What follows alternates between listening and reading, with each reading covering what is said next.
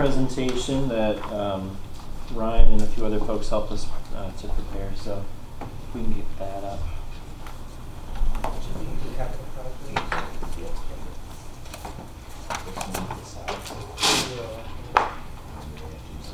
So we thought it would be a good idea to do a review of our capital projects with a look back in history. So I've been on the board now for, I was elected in 2019, so this is my 4th year right now. Let's go ahead and go to the next slide. So we'll get feels 2019 feels like, I guess I can do it. Where's the lasers at this one? It's right here. Do you want the laser? Sorry. Oh, it's right here. Sorry about that. Missed our chance, Gavin. Right. That came in my desk when I got here. So Ryan and I spent a little bit of time digging up some old news articles, and we got one of our current employees, Steve Erkler, drafted these. But going back, I think the oldest one there is from 2010. We, as a county, and I wasn't even living in Lewis County at the time, but we were looking at possible changes to our physical infrastructure. We knew over a decade ago that we needed to make changes. There was discussions about changes with the DSS building. There were discussions about consolidating a lot of our different departments into just to improve the quality of community services. So, coming into 2013, there was a split within the board about what the right path forward was. We were actually being criticized at the time by some of the local contractors. There's a tendency to move forward with particular projects, put it out to bid. The bids would come back too high. So the criticism that the board had received at the time was that they were being used as free estimating services, but there was a general reluctance to move forward with particular projects. An office building was okayed in 2013. This would have been a large brick structure, probably with a 100-year lifespan. But within that, obviously it didn't move forward. By 2019, so this was the big issue. We think back again, it feels like ancient history, pre-COVID. 2019, the big electoral issue of that year in that election was, what are we going to do with our physical infrastructure? The editorial from the Watertown Daily Times, from their editorial board, it was rather scathing. It said, Lewis County officials remain at loggerheads over whether they should construct a new building. The problem that legislators have foisted upon themselves is their obvious lack of follow-up. They can't keep dithering on this. If they continue to hem and haw over the plan, another 6 years will pass without action. And then the harshest one, this isn't what good government looks like. So that was 2019. 2020, I came on the board. We were holding meetings at that time. This is when the work actually started. We had meetings with county officials. We have a number of our legislators in that picture, and some of the legislators who were on the board at the time who are no longer on the board. And again, the criticism was coming in from the Watertown Daily Times. Not that they're the sole arbiters of this kind of thing, but there was a general criticism about an inability to move forward, a feeling that these projects were going to become more expensive as time went on, which turned out to be true. And then just a demand that we get off the fence and make a decision. And this was, when I was campaigning in 2019, this was a lot of the feedback that I was getting back from people in New Bremen, was a sense that we needed to break through the red tape. We needed to get past our inability to move forward on it. So here's just a general timeline. 2018, BCA was hired to do a facilities study. There was discussion in 2018, 2019, which carried over into 2020 as well, about the possibility of renovations versus new buildings. We kind of ended up with a hybrid, depending on which project. Some were more appropriate for a new building, some were appropriate for expansions, other for renovations. Again, that picture that we had there, this was the planning, actually, I think this was 2019, that picture was taken, or maybe it was 2020. But we had planning sessions at that time. That's the February 2020. That's February 2020. The ad hoc Facilities Committee. So again, for most of the year 2020, our efforts obviously were focused elsewhere. We didn't lose sight, though, of our desire as a board to move forward with these construction projects. So obviously COVID came in and made meeting in person difficult, but by the end of 2020, before the year was out, we were in our next meetings. There was always an anticipation that we wanted to move forward with these as soon as the dust settled a little bit. So CNS was hired for conceptual development and budget. We hired KT as for project management services. Then finally, moving into 2020, we started awarding bids for the DSS, first for the DSS highway project, and then October for the DMV projects. And then obviously 2023 is where we're at right now. And we'll go over where we're currently standing with the timeline and where we expect to be in the coming years. So the big questions that we were considering back in 2020, do we renovate or replace the DSS building? Do we renovate or replace the highway garage? Which projects are priorities? Which projects can wait? And then how are we going to pay for these projects? These are the kinds of things this is the bread and butter of municipal governance. When we're looking at our facilities, when we're looking at the next generation and much needed improvements, all of these things need to be addressed, and they were addressed, I think, very, very well with a lot of input. So this ad hoc committee that we had, with involvement from the community, with involvement from the departments, we wanted to start with a vision. And I think it's on one of the later slides, but one of the things, the key phrase and idea that we came back to was being the premier rural county in New York State. We're not looking to change the fundamental character of Lewis County. We're a rural county. We likely will be for a very long time. But we wanted to be the best at what we are, So within that, we then decided to establish a timeline for decision making and then a financial plan. Those were obviously necessary components for moving forward. So we had a $48,000 study from BCA in 2017. Many of you will recall that study. Let's see here. So we had each of the county department heads meet with the engineers. There was discussion from them about what issues they had, what their current space needs were, what they would need in the future, what kind of expansions. Our departments are always changing, either because of changes we make in-house or because of changes coming from New York State. We came up with a 300-page report at that time that just discussed what our needs would be and made recommendations. So the building conditions survey. First thing we looked at was the old county courthouse. This was built in 1855. It was a clerk's addition in 1902 and then rebuilt in 1949.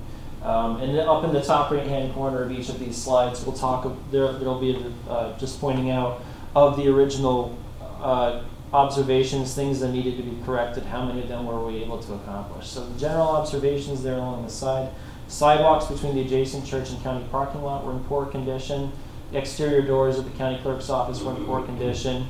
Upgrades to the LED lighting, which has been going on not just at the county, but in villages all over New York State as well. Upgrading the existing elevator controls, floor drains in the basement, moisture coming through the walls on the third floor. We addressed all of those things. With the building systems, we're looking at making boiler and HVAC repairs 10 years down the road, so we still have more useful life to get out of those. And the electrical system was looked at and it was generally in good condition. This is all very not cosmetic, but this was more small potatoes compared to some of the other projects. So and this building has served well as kind of the mothership of our operations here. It's a public safety building. So this goes along with the discussion that we just had. If you've been in the public safety building in recent years, there were obvious issues that we needed to make repairs to the floor. We needed to make repairs to the parking lot, which we're dealing with right now. The boiler was at its end of life. Where are we at with the boiler right now, Ryan? They just started. The inmates were moved out last weekend, and the flooring crews are in. We're putting down epoxy floor as well. And Matt gave me a great tour this morning with the undersheriff, and all the equipment is moved in. There's guys working, and obviously our goal is to work as quickly as possible because time is money. Right. Every day that we don't have to outboard inmates is money that we save. But Matt's whole buildings and grounds crew is down there working in the kitchen. There was a crew working on the floors. There was crews working on the HVAC. So they're cruising right now. Yep. Yeah, and this is. I forget what that was. What's our timeline there, Matt or Jason? About 8 weeks. 8 weeks.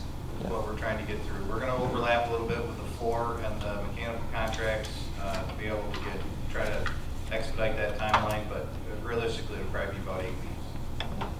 You know, and this highlights one of the issues with the government coming in to try to repair one of its own facilities.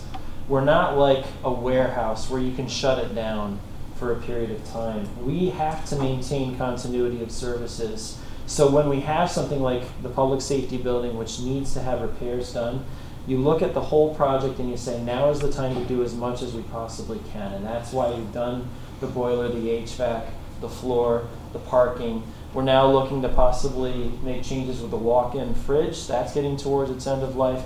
Now is the time to do it so that we're not having to ship inmates to other facilities and pay for that. Let's get it all done now as much as we can. Show ourselves up for the long haul. 11 out of 11 though was Yeah. pretty good for that. Yep. So I think we've made some necessary improvements. We still have a lot of work to do. I was joking when I got on the board. One of the first things that happened, Jerry King, he gave me the Lyndon Johnson treatment. We went down there to the public safety building. We looked at the boiler. He pushed me against, well, didn't physically push me against the wall, but he's a pretty big guy. He's taller than I am, and he wanted to know, are you going to support me on the boiler? Where are you at? And I said, of course, let's get it done. So, I mentioned Jerry's name because it wasn't just us. This was a project that started years ago. Prior boards were very important in getting us to this particular point. And Jerry was definitely really the lead on a lot of these necessary things here. All right, DSS building, probably our biggest project. So the DSS building was reviewed. It's received some minor upgrades since 1987. That's maybe being a bit generous. It was showing its age pretty severely. Over the last few years, that building had to be evacuated on 4 different occasions because the temperature in the wintertime fell below OSHA safety standards for an office. No office in the 21st century should operate where you are actually having to evacuate people. If you ever saw it in the wintertime, there were massive icicles formed on the edges of the building. Why does that happen? It's because you're leaking heat.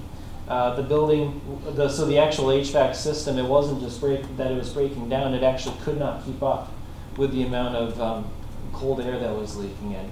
This was a very necessary project. This was where I think the biggest discussion we had about a new facility versus renovation came in, and what we ultimately decided on, which created all kinds of difficulties in terms of coordination, but I think was the right decision, was let's build it in the same footprint where it is. We'll completely gut the thing, take it down. We'll build something new, but it's on the same spot. So we're not trying to figure out what we're going to do with this old pad where the old building was. We could do it all in one spot. The obvious issue for us became, well, what do we do with our current employees? And that was why we moved them down to the Glenfield School. What are we looking at for an estimated date of completion? I know everything's up in the air, Ryan, but where are we We're at with that? still trying to shoot for May 24th ribbon cutting. Okay. So that would be the goal, and then try to move staff in after the ribbon cutting because we want to have an open house, and once staff gets moved in and all their documents are there, it's hard to have an open house. Yep. So we want to do the ribbon cutting open house before we move staff back in. And we need to emphasize with this project in particular, again, it's not just DSS, we have other departments there, but in the building, how cooperative and how great all of the employees have been rolling with the punches. This has not been easy for them. for my part, I've not heard a single complaint from the public in terms of interruption of services. Everybody has really pitched in and made this possible, despite all of the challenges. So, main highway garage. So this was built in 1909, the original highway garage building. And one of the things that was clear to us was it really was not suitable for a 21st century highway department. The bay doors, I believe, were not large enough to accommodate some of our equipment. We had to use outdoor storage, which of course reduces the lifespan of equipment.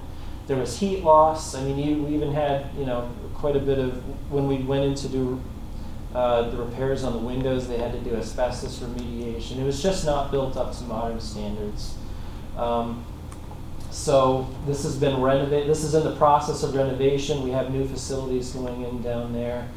I think that we're looking at a lot of really important improvements for our highway department so that they can operate more efficiently, so we can save money in terms of our equipment costs. Our equipment's protected.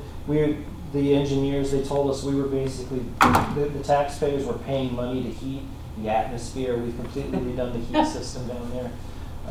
So this is, we're in a good position, I think, with that facility as well. If anybody wants to add anything too, feel free to interrupt. So sign and carpentry shop, built in 1950s by the highway department personnel. There again, poor insulation, heat loss at the roof. Let's see. Yeah, so this building's been recommended for demolition in the new highway site plan, and that was demolished this year. The thing with these outbuildings is none of them had any fire suppression either, which we've seen recently. Town and county highway garages have trouble with fire issues. Yeah. We've got a lot of expensive equipment in there, so it's not wise to have those buildings without some protection. This was, and then the paint, this is just going through each of the buildings. So we have the body paint welding shop, which was recommended for demolition as well. Cold storage building, we all know, of course, that was recommended for demolition. Some of us saw it get torn down. The open pole barn, again, this is an older way to store equipment, but it's not the way that we want to do it in the 21st century with the expensive equipment that we have and we want to protect. Solid waste transfer station. So let's see here. So we've made improvements in efficiency by converting to the open top system. We have a new scale house office and break room. Ryan, I don't know if you know the number off the top of your head, but I mean, how much money are we saving in fuel costs, or we plugged in because with the open top system, you're also not compacting, which is a lot of electricity every day. Between the compacting and the fuel, we're projecting about $90,000 of annual savings by converting to the open top system. So it's a more efficient system. It's on its face, it's better, but it also saves the taxpayers money. Yeah, and there's a lot of maintenance because with the compactor, you've got metal on metal constantly, crushing in those 40-yard compacted boxes that we had. A lot of metal on metal. There's just constant labor and maintenance on all those parts. With the open top, it's just dump it in and roll. So labor time should be saved as well. And am I right? This is a department that generates revenue for the county, or does it about break even? The goal would be for it to break even. Okay. Yeah. And I should say the goal. It has consistently year over year broken even. Yeah. So every dollar that we're saving in terms of costs, that's another dollar, savings for the taxpayers.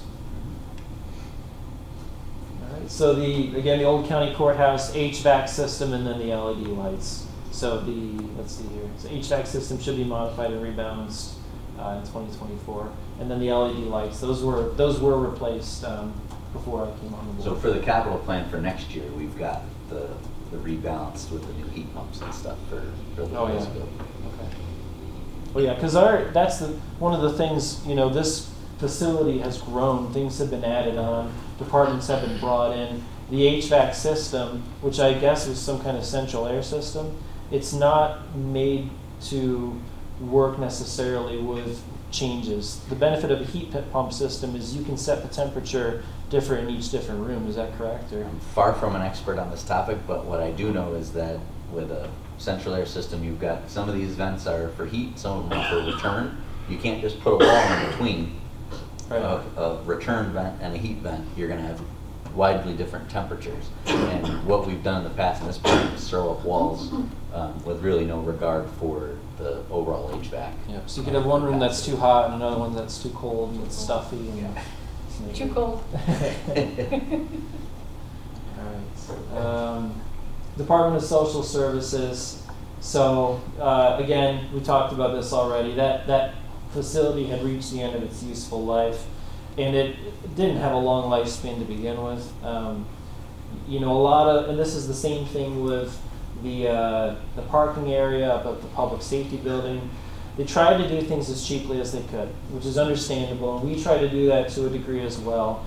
But just as in the business world, it's the same thing in government. Sometimes you can make a little bit of an investment now in the present, and you get a better return in the future. And that's kind of been our guiding philosophy now, I think. But the DSS building, it was in very rough shape before it was torn down.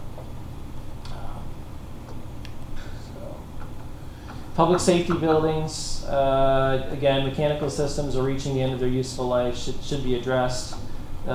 Vehicle impound area was added, and then replacing the parking lot, which is what we just discussed. Okay, so we've discussed all of these already, the recommendations and then the things that were done. So that, again, this is the highway department slide. So one of the goals that we had when we discussed kind of our ideas, what we wanted to see accomplished, was we wanted to move any department or any unit that was in a leased facility into its own office, into its own space. And we said that every department needs to have a home in Lewis County. And because any money that we're spending on a lease versus on a bond is essentially money that we're losing. It's just like, you know, renting versus a mortgage on a home. Well, why would you rent? Well, maybe you're going to move. Maybe you're going to shut it down at some point, something like that.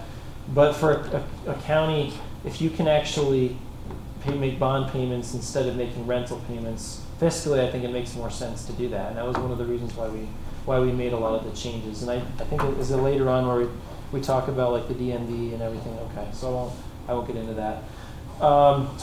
So look at our total cost based on our 5-year capital plan from 2019. We had estimated a $22 million cost, so we're pretty close. That's pretty good, assuming 100% of the BCA recommendations are followed.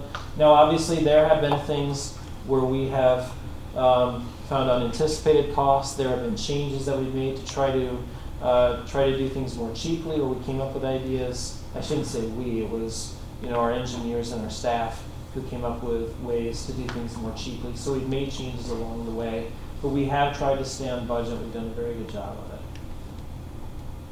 All right, so this is going back to that ad hoc meeting. Again, what were the things that we considered to be beacons of success? So number one, what I just said there, everybody has a home. We're not renting anymore if possible. Economic revitalization, shared services, built for employee success, environmentally friendly objectives, including the public, and then not forgetting the larger vision of being the premier rural county. We'll discuss about whether we've achieved these or are we achieving these. So here it is. Here's the list. Everybody has a home with appropriate space. When the projects are completed, that will have been accomplished. Economic revitalization. It's a question about whether we're actually achieving that. One of the things that we talked about doing, like an older facility within, say, the village of Lowville, was that having an office space in Lowville could actually help to provide some economic stimulus locally. We're not really changing a whole lot in terms of the big picture of where people are. Most people are staying in their current locations, except for a few folks. I think the benefits, the shared costs over time to the taxpayers, those will, any money that we don't have to tax and spend, that's obviously more money for the taxpayers to do it as they will. But we didn't put a check next to that. So shared services, efficiency, synergy of departments and the public. I think we've definitely achieved that, or we are achieving it. The facilities are being built to consider, our fiscal constraints, but also how can we improve the quality of services. Buildings that were constructed 40 years ago or more might not necessarily work well for a 21st century county. So that's why we made a lot of those changes. Built for employee success, we won't be evacuating our DSS employees. That's a low bar, but I do think for those of us who've seen the drawings, I think that these office spaces are going to be impressive. I think the changes that we're making at the highway garage, the changes we're making with solid waste and elsewhere, that's moving us in the right direction. Environmentally friendly, we'll be saving a lot of money just from making the basic repairs and not leak, caused by us not leaking heat. And then, of course, the changes with the LED lights, including the public. I think, in 2020, after we had that initial meeting in February, there was less public involvement from that time on, unfortunately. And part of that was just because of the constraints imposed on us by COVID. But I think in the perfect world, we would have been able to go out and get more public input. We would have done a road show. And I think hopefully in the future there will be opportunities for us to explain more to the public what we did and why we did it. Not forgetting the larger vision, I think that's still ongoing. We still want to be the premier rural county. And then the financial impacts, really of those, the only thing that I don't think we accomplished well was including the economic impacts. But I think of the 5, that was probably the least important.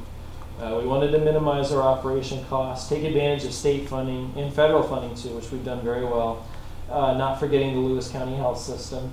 That goes to the bonds that we did for their improvements. We were able to do that, combine that with our projects. And then our bond calculations getting a good interest rate. So one of the things with our interest rate, it was a note that was sent out. So our fund balance could pay off these bonds from 2022. It doesn't make sense for us to do that financially because we actually get a better rate of return on our investments from our fund balance. It's about 4% or so, give or take, versus the 3.2%, which we're locked in with our bond. Show me a lender right now who's willing to lend money at 3.2%. So we're very, I think we're in a good position, and it's good that we did it when we did because we would not see interest rates like that probably for a long time. Okay, so department organization for max efficiency. All of those departments that we've got listed there, we have managed to put someplace. The only one that's got a red X next to it is the USDA. That's, of course, a federal agency. We were not able to rope them into a contract because they wanted a facility to be built before they could commit to a contract. They weren't going to commit to a contract before we built the facility for them. So rather than building an office without a promise, a guarantee that they would be in there, they were left out. But this shows where we would like to have all of those departments, and we've managed to accomplish that. And in a lot of these, we're not changing. Like, of course, we've got the jail, we've got road patrol, emergency management, dispatch. They're all still at the public safety building, but we have moved some places around. So, for example, the DMV and the Board of Elections are now in their own facility, which we own, which we did not own before. We were renting those spaces prior to that. So the 2 buckets. Everybody remember the 2 buckets? This is a very useful illustration. When we talk about the way that we like to do finances in this county, we think of it in 2 operations. On the left, we have our county operations. This is the big bucket. This is where our property taxes, other taxes and fees, and the lion's share of the sales tax goes into. What does that get used for? That gets used for county operations. All of the important day-to-day government stuff that we have to do. This should be conservative, it should be efficient, it should be sustainable, and requires a lot of oversight from us. On the right-hand side, we have our capital and community projects bucket. And this is the bucket that we are able to take, I'll be honest, we take a little bit of risk with. Think of this in terms of like an investment fund in a business. This is the kind of stuff where we are looking outside of our regular streams of income. So pilots, payments in lieu of taxes on energy developments, stimulus funds from the state, excess fund balance, and sales tax revenue above what we budget. So that bucket there is what a lot of these projects that we've just discussed were funded out of. And a lot of the ambitious projects that we've done in the last year have been funded out of that bucket, rather than using the large bucket on the left. Now, a question that I get a lot from taxpayers is, well, if we're getting so much money going into the bucket on the right-hand side, why aren't we pouring it into the bucket on the left in saving people in their property taxes? And the reality is because that bucket on the right is not a reliable source of long-term funds. If we use our regular funds, if we use these extra funds on the right-hand side to try to reduce our costs on the left-hand side, we could potentially create long-term liabilities for ourselves. In the last 10 years, and I think there's another slide here somewhere, let me see if I can jump ahead. This is the historical tax rate for Lewis County. Compare 2014 to where we are today. 2014, it was $7.59 per $1,000 of assessed value. Today in 2023, it is at $7.54. We have stayed within our same property tax rate based on assessed value for the last decade. That is a remarkable achievement. It's something that we should be very proud of ourselves for accomplishing, and it's something we should continue to aim for over the next several years and decades. I think it's very good for outside investors, people who are looking for a place with a low cost of living, who are looking for a low tax rate. They can see that we are consistent, we're steady year over year in terms of our taxes. And then going back again, when we do get these unexpected funds or these extra funds for the capital and community projects, we are looking long term to the way that that benefits our operations and the way that that can benefit us as a county. So things like, for example, using pilot stimulus funds, federal funds to assist us in rehabbing the DSS building. Well, that's going to save money in operations because the cost that we were spending to heat the atmosphere at the DSS building, that came out of the county operations bucket on the left. So we're using the bucket on the right to protect ourselves with the bucket on the left. Another good example, Ian, is the box culverts we're doing this year. Mm-hmm. We might have in the past, those are traditionally a operations type expense, right? Yep. But we've had excess sales tax. Investing that extra money in an asset that's going to last 45, 50 years mm-hmm. is going to save you in the county operations budget in the future. Yep. So, those are the types of investments that we try to make. Yeah, and then even more broadly speaking, what are we using the right-hand bucket for? We're using it for the Economic Development Fund with Naturally Lewis. We're using it with our facade improvement projects. We're using it for recreation. The kind of ambitious projects that a lot of us have wanted to do for a very long time. We haven't had the funding for it. We've got the funding for it. That's what that capital and community projects bucket is being used for. There are not very many counties in upstate New York, and certainly not in the North Country, that take this approach that we do. And I think that this is the right approach for us to take if we're willing to think generationally, if we're willing to think about where are we going to be 20 years from now as a county, facing population loss, facing an aging population who are retiring and wanting to create a future for our children. So this is our anticipated green energy pilot revenue. This amounts to $2,169,000, which I bring up only to show compared to our annual debt service of $1,840,000. So wind pilot, people ask, what do those windmills do for us? That's what it does for us, Lord willing. If things continue on the current path. Those payments are being used to service the debt for the facilities that are improving the quality of government services in Lewis County and saving money for the taxpayers. A good comparison, I heard this from a guy who works in the agricultural sector. He said sometimes for farmers, and this, I didn't believe it at first when he said it, but it makes sense. Sometimes for farmers, it's easier for them to actually do their budget when the milk price is low. And the reason he said is because from year to year, from month to month, the milk check comes in, you cash it, you use it to pay for your costs. You hold your tractor together with duct tape and wire. You try to get through to the next season. That's the challenge for a farmer when the milk price is low. But when the milk price is good and they have a little bit of extra money in their bank, that is when they can start to make mistakes. And sometimes they might invest in a new piece of equipment, in a new field, in a new barn, new facilities, more cows. And those types of investments, if not done right, can actually create major problems for themselves down the road. So maybe that milk price is in, it's in a hill, but it's going to be back down in a valley soon, and they have all of these costs that they're going to have to pay for. So sometimes it can actually, and this is true for any type of business, it's not just true for dairy farming. We have had a lot of very good years recently in terms of our excess sales tax revenue, in terms of these state grants that have been available. It was important that we be very prudent and wise in how we invest that money to make sure that we're not creating long-term liabilities for ourselves. I didn't Sorry know. about that. This computer just randomly started restarting. That's okay. We're actually near the end, so. So we talked about our tax rates. There was a dip in there that was caused by reassessments, but we have had consistent tax rates in the entire time that I've been on the board, and I think that we should aim to do that for the future. Creating 5-year capital plans and then sticking to them. These types of projects require vision from one board to the next. The composition of a board when a project starts isn't necessarily going to be the same board when it ends. So this is why it's important for us to get input from the community. It's important for us to take into consideration the long-term goal and make sure that there's a lot of buy-in with it, that there's a lot of people behind it. So conclusions, why are we doing all of this? The question that I get asked more than anything by the taxpayers and the voters, especially in this election season right now, is why are we spending so much money?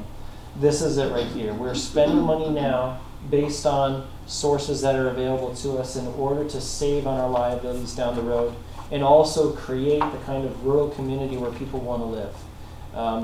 If you look at statistics for Lewis County, and I go back to this all the time, 100 years ago, there was about 27,000 people in Lewis County. Right now, we're just under 27,000 people. We have not changed in our population in over a century. It's gone up and down, but it's generally stayed about the same. If we're thinking strategically about where we want to be in 20 years, when my kids are grown up, and they're thinking about where they want to settle down, where they want to get married and have their own families, send their kids to school, what kind of decisions are we making now in 2023 that will make sure that in the future, in 2043, they can look back on it and say that they made smart investments at the time and created a plan, a strategic plan that could carry over into the future. Our biggest strategic advantage as a county, I think, is our low cost of living. How can we continue to achieve that, not for us, but for the next generation? And that is why we've done a lot of these projects. It's why we continue to support them. And I think it's important for the taxpayers to understand, because it's a legitimate question, why are we spending all this money? This is it right here. So that's the end of my presentation. Any questions for me, and I'll defer them to Ryan, because he knows the numbers better than I do. Thank you, Ian. Very good. Thank you.